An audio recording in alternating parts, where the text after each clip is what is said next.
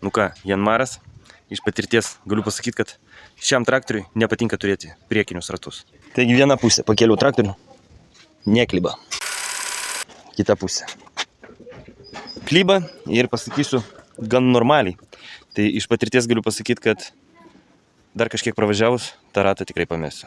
Mano tėvas buvo traktoristas, o aš nenorėjau būti traktoristu. Pagiausia, kai tu jį pameti prie minus 20 ar 30. Arba esant lietui ir tu esi kokioj nors kemsiniai, pliurziniai ar dar kur nors. Tada būna labai smagu jį surinkinėti. Niekad pats nelindau. Labai patogu, kai traktorius turi tokį frontalinį šūdą, tai įremi į žemę ir ratai tada būna ore kaba. Tai labai patogu dirbti. Tai va. Nusipirkau naują raktą, kaip tik išbandysim. Atsakinėjom ratą. Kaip matom, vaikšto va šitą dalis. Tai reikia atsukti va šitos visus varžtus ir šitą nuimti.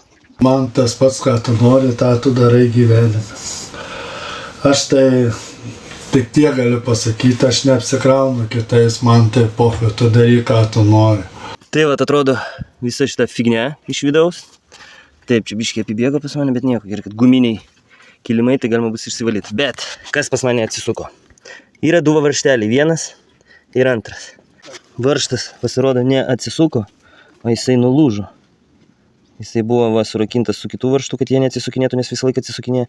Tai jisai įsigudrino nulūžti. Va, jis paėmė ir nulūžo. Neturiu sriegiklio pragręžti naują sriegį, nes reikia vis tiek tą kažkaip išsukti. Keliu į mašiną, vešiu į techniką, kad sutvarkytų.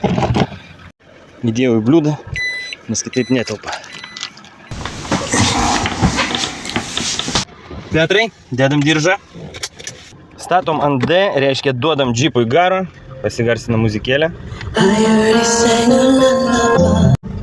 Kas čia per fignia groja? Mums šitas netinka. Kad ateina vasara širdį. O, kits reikalas. Kad tai pievos, tai žaliuoja širdį. Kad ateina vasara širdį. Kad tai pievos, tai žaliuoja širdį. Iš tikrųjų, tai laiko klausimas, kada būtų tas vienas varžtas atsisukęs, nes kaip žinome vienas Kare nelaukia.